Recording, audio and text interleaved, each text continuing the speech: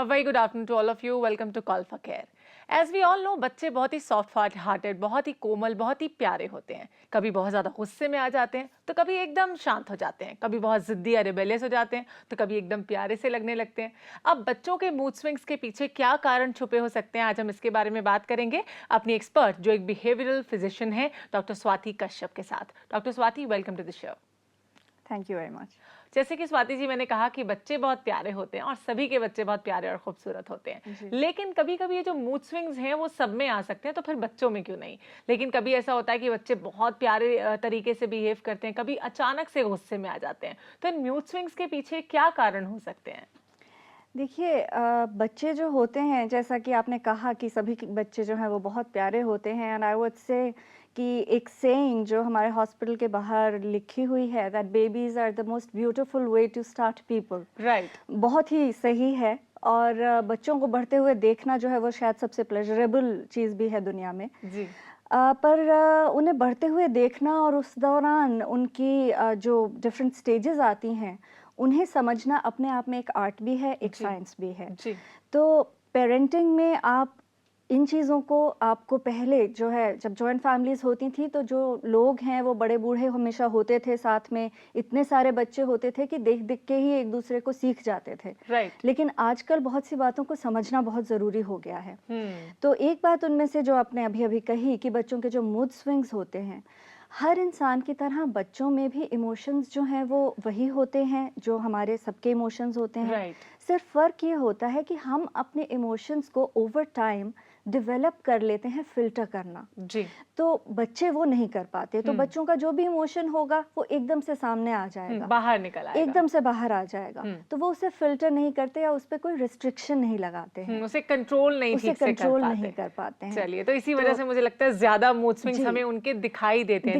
और एक इंटरेस्टिंग बात ये भी है कि बच्चों का जो मूड स्विंग है आप देखेंगे कि एकदम से ठीक भी हो जाता है, क्योंकि वो कुछ पकड़ के नहीं रखते. तो उनका बिल्कुल जो है एक जैसे कहना चाहिए पानी के बुलबुले की तरह से होते हैं मूड.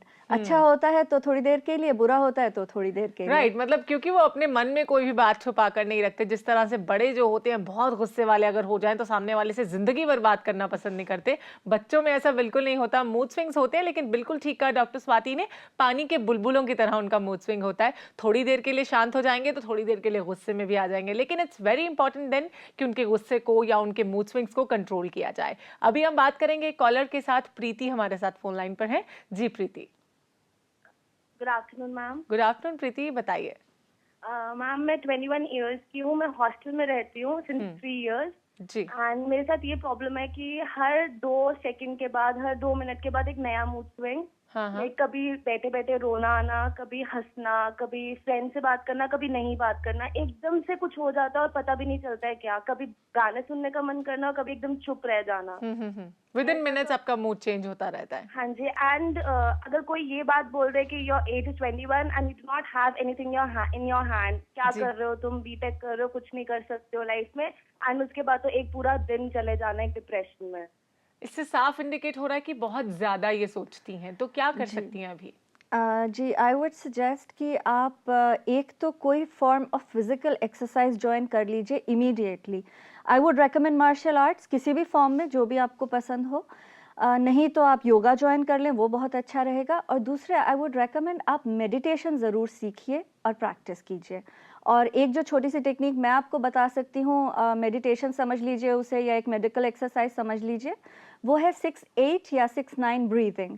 उसमें आपको कुछ नहीं करना है, बिल्कुल सीधे आराम से बैठ के और अपनी सांस पे सारा का सारा ध्यान ले जाना है.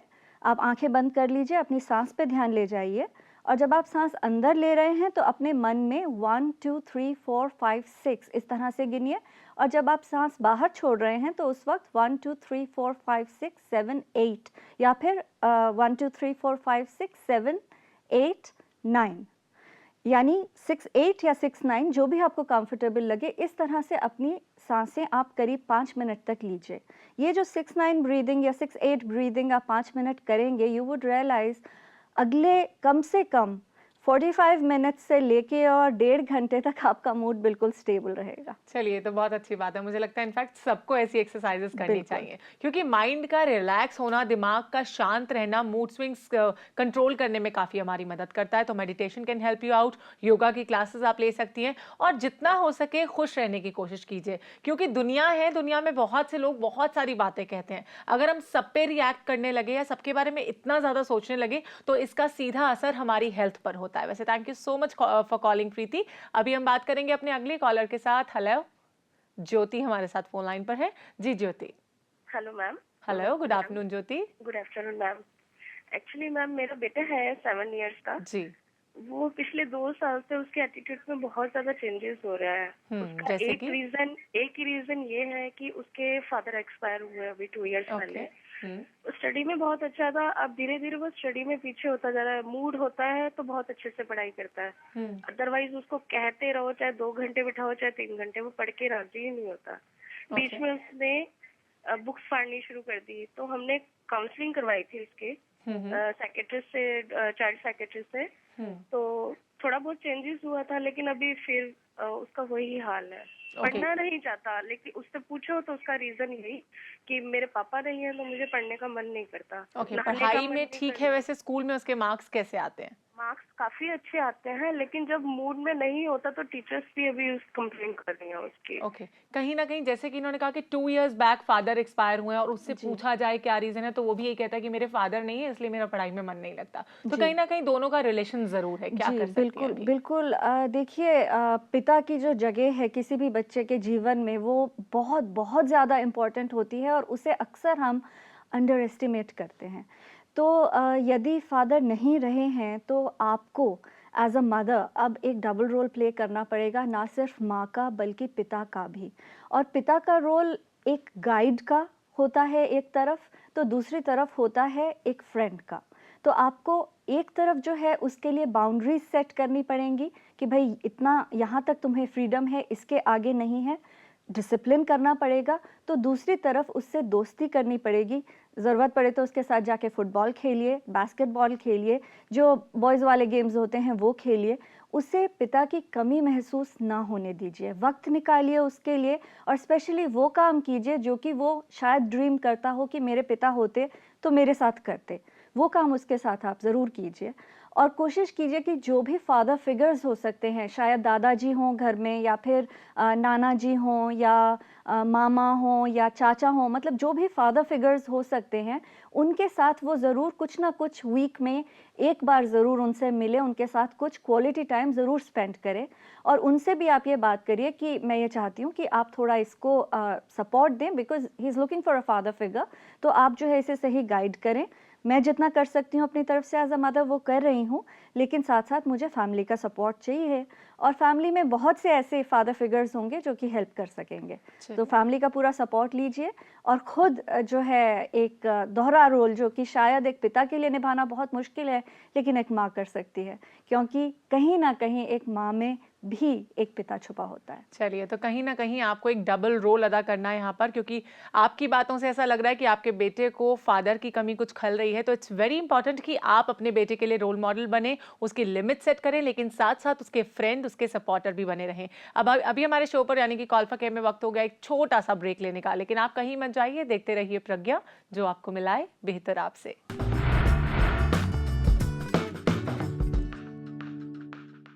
कहीं ना कहीं माँ बाप की यानी पेरेंट्स की ओवर एक्सपेक्टेशंस भी बच्चों को मूड स्विंग्स का आजकल शिकार कर रही है। जैसे कि बच्चे करना कुछ चाहते हैं और माँ बाप उनसे अपेक्षाएं थोड़ी ज्यादा रखते हैं। तो कहीं ना कहीं अगर रियलिस्टिक एक्सपेक्टेशंस रखेंगे माँ बाप तो वो एक रोल मॉडल भी बन सकेंगे, क्योंकि जैसा माँ बाप करते हैं वैसा ही बच्चे आगे सीखते हैं और करने की कोशिश करते हैं, और जिंदगी में बिल्कुल अपने माँ बाप की तरह बनना चाहते हैं।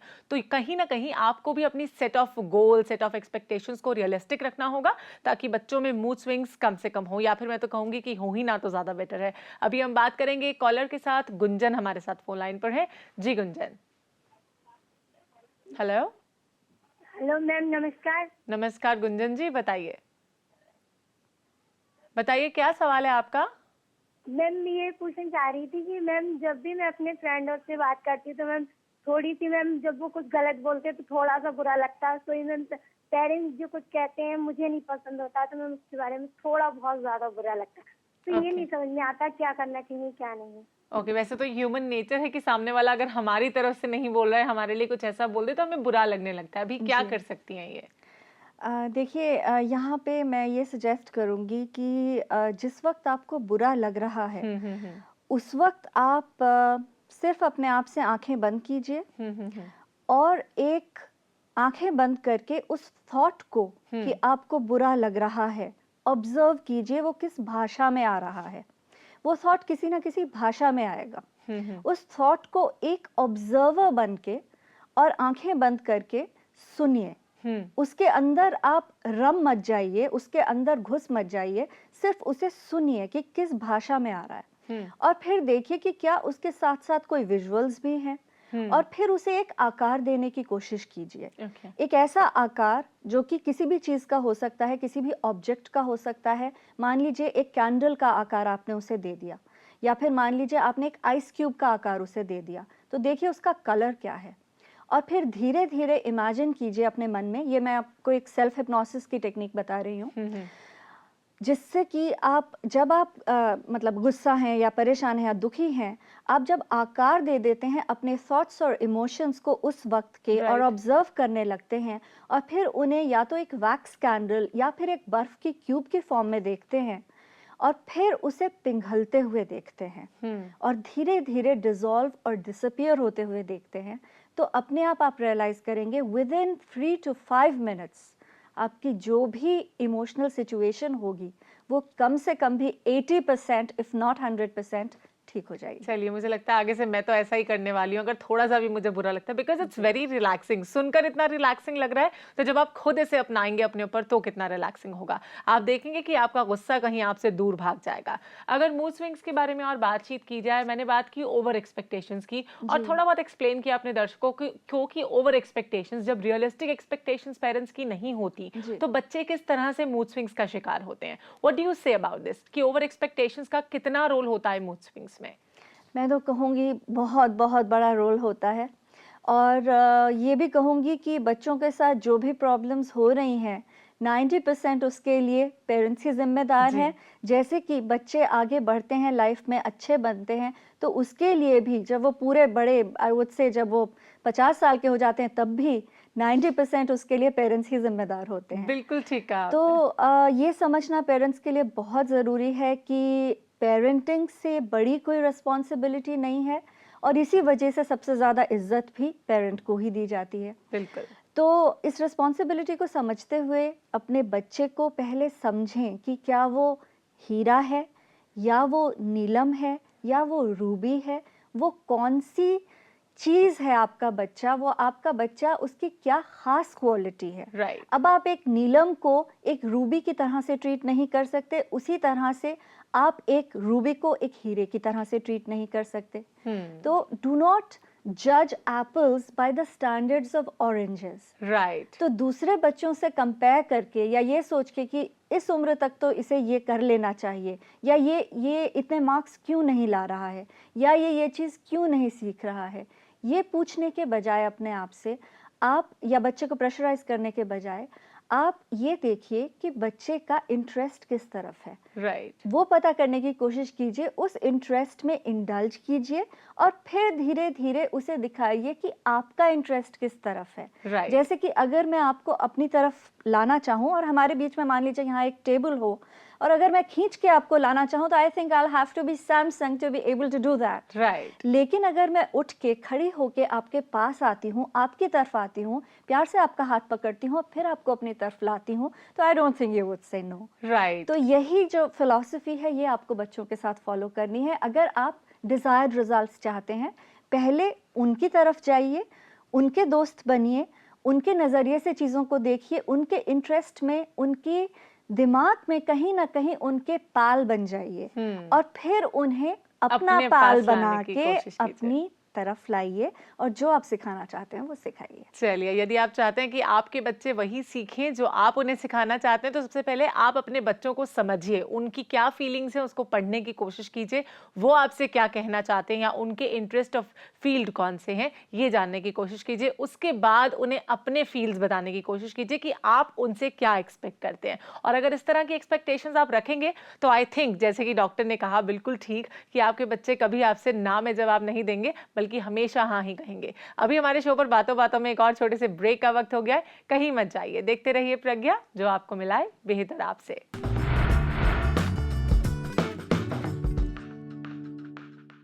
अक्सर ऐसा देखा गया है कि अगर हम अपने बच्चे को किसी और बच्चे के साथ कंपेयर करने की कोशिश करते हैं या फिर अपने बच्चे के सामने दूसरे बच्चों की ज़्यादा बढ़ाई करते हैं, तब भी बच्चों में मूड स्विंग्स हो जाते हैं। या फिर ऐसा भी हो सकता है कि आप अपने बच्चे को निग्लेक्ट कर रहे हों या इग्नोर कर रहे हों किसी सिबलिंग के लिए या फिर दूसरे बच्चों के लिए, तब भी ऐसा होता है कि बच्चों में मूड स्विंग्स हो जाए। तो इसे कंट्रोल सिर्फ पेरेंट्स ही कर सकते हैं, और मुझे लगता है कि पेरेंट्स के पास हर वो हथियार मौजूद होता है जिससे वो अपने बच्चों को मूड स्विंग्स का शिकार होने से काफ़ी हद तक रोक सकते हैं। अभी हम बात करेंगे रिंकल के साथ फोन लाइन पर। जी रिंकल, हेलो।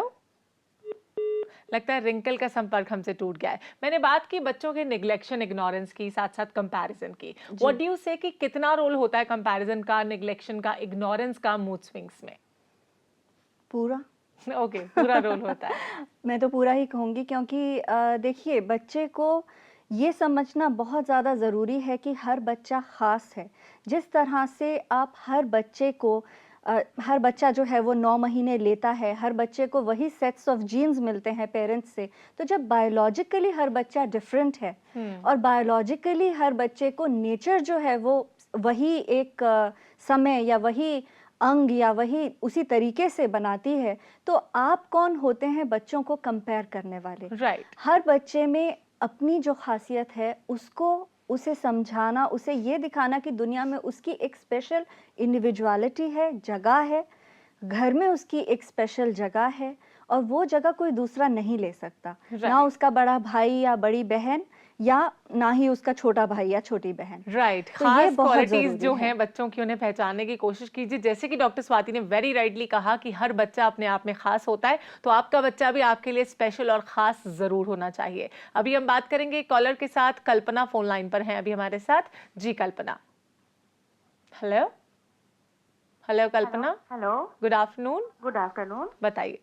आज ये पूछना था मैम कि जैसे बच्चे बड़े हो जाते हैं तो अपनी बातों को छुपाने लगते हैं, तो ये मतलब हम चाहते हैं जैसे बड़े बच्चे होते हैं तो कुछ कुछ वैसे माँ से बात बताएं, शेयर करें बातों को, ये कैसे करेंगे? ओके, मतलब ये कहना चाहती हैं कि जो बच्चे बड़े होकर बातें छुपाते हैं, छुपाए नहीं बल्कि अपनी माँ से तो एटलीस्ट शेयर कर सकते हैं, तो ऐसा कैसे हो सकता है? देखिए, ऐसा होने के लिए माँ को माँ के अलावा साथ में दोस्त भी बनना पड़ेगा, और दोस्त बनने के लिए तरीका बहुत सिंपल है। इसका अर्थ ये है कि आपको कहीं ना कहीं उनके लेवल पे आके बात करनी होगी, और शायद शुरुआत, जैसे कि मैंने पहले भी एग्जाम्पल दिया कि टेबल की दूसरी तरफ अगर किसी को लाना हो तो पहले उसकी तरफ जाओ। तो शुरुआत आपको करनी होगी जब आप उस एज में थे। भले ही आप एक बात को कोई मनगढ़ंत कहानी सुना दें, लेकिन अगर आपको लग रहा है कि आपके बच्चे का, मान लीजिए आपकी एक बच्ची है और आपको उसकी बहुत सी बातों से लग रहा है कि शायद उसका कोई बॉयफ्रेंड है और वो शायद छुपा रही है, तो भले ही ऐसा कभी हुआ ना हो, आप मनगढ़ंत ही चाहे कह रहे हो, लेकिन आप अपनी बच्ची से जाके कुछ इस तरह की बात शुरू कर सकती हैं कि तुम्हारी एज में या तुम्हारी एज के आसपास मुझे एक लड़का बहुत अच्छा लगा करता था, या कोई इस तरह की बात, जिससे कि वो थोड़ी थोड़ी आपसे खुलनी शुरू हो जाए और फिर वो कंफर्टेबल महसूस करे। तो आप उसे गाइड कर सकती हैं कि क्या उसकी बाउंड्रीज हैं, क्या इस एज में उसको जाना चाहिए एक बॉयफ्रेंड के साथ या नहीं जाना चाहिए, या क्या उसके दुष्परिणाम हो सकते हैं या क्या उसके खतरे हो सकते हैं, और अगर आप इसे ठीक समझते हैं तो क्या उसकी मतलब अगर आप ठीक समझते हैं तो उसके बॉयफ्रेंड को घर पे इनवाइट करने के लिए आप उसे कहिए, मतलब उसे इतना ओपन या सेफ फील कराइए आपके साथ शेयर करने में कि वो आपसे कुछ छुपाए ही ना। राइट, बहुत अच्छे से आपने एक्सप्लेन किया कि किस तरह से आप अपनी बच्ची की दोस्त बन सकती हैं। अगर आप खुद की बातों को उससे शेयर करने की कोशिश करेंगी तभी आप ये एक्सपेक्ट कीजिए कि आपकी बच्ची या आपका बच्चा आपसे कुछ शेयर करने की कोशिश करेगा, क्योंकि एक एज में आने के बाद लेट्स से फॉर एग्जांपल अगर टीनेजर्स हैं, कॉलेज जाते हैं बच्चे, तो अपने फ्रेंड्स के साथ वो इतने इन्वॉल्व हो जाते हैं बाहर कि घर में बातों को शेयर करना पसंद नहीं करते, क्योंकि उन्हें कहीं ना कहीं लगता है कि माँ बाप ने जो एक्सपेक्टेशन सेट किए हैं हमारे लिए वो उनकी लिमिट के बाहर हो जाएगा। अनफॉर्चुनेटली माँ बाप ये भूल जाते हैं कि जिस तरह से बचपन में माँ बाप को एक रोल नहीं प्ले करना पड़ता, माँ बाप अपने आप में, मतलब पेरेंट जो है वो अपने आप में सब कुछ है। वो बच्चे का दोस्त भी है, वो बच्चे का गाइड भी है, वो बच्चे का गुरु भी है, वो बच्चे के लिए सब कुछ है, भगवान भी है, आई वुड से। तो ये सब भूलना जो है माँ बाप कई बार शुरू कर देते हैं और सिर्फ एक डिसिप्लिनेरियन बन के रह जाते हैं। सिर्फ बच्चों को ये बताना उन्हें याद रह जाता है कि क्या नहीं करना चाहिए, और ये भूल जाते हैं कि बच्चे के साथ फन टाइम स्पेंड करना, बच्चे की बातों को शेयर करना, बच्चे के दोस्त बनना, बच्चे के गाइड बनना, उसके जिसे कहते हैं ना friend, philosopher and guide, teacher को कहा जाता है, लेकिन मैं कहूंगी पहला गुरु या पहली गुरु तो माँ या पिता ही होते हैं। राइट, माँ बाप बच्चे के इंस्ट्रक्टर तो बन जाते हैं, गार्डियन तो बन जाते हैं, लेकिन हाँ उनके दोस्त शायद नहीं बन पाते। तो यहाँ पर जरूरत है बच्चों का दोस्त बनने की। अगर आप चाहते हैं कि आपका बच्चा खुलकर आपसे अपनी बातों को शेयर करे और आपका अपने बच्चों के साथ कम्युनिकेशन बहुत हेल्दीली डेवलप होता रहे। अगर बच्चों के बारे में और बात की जाए, और बच्चे मूड स्विंग्स के शिकार हो रहे हैं काफी ज्यादा आजकल हम देखते हैं, क्योंकि काफी परसेंटेज बढ़ती जा रही है अकॉर्डिंग टू स्टडीज ऑल्सो। लेकिन बच्चों को मूड स्विंग से हम कैसे बाहर निकाल सकते हैं ये जानना बहुत इंपॉर्टेंट है। तो क्या करें ऐसा जिससे बच्चे मूड स्विंग से बाहर निकल जाए?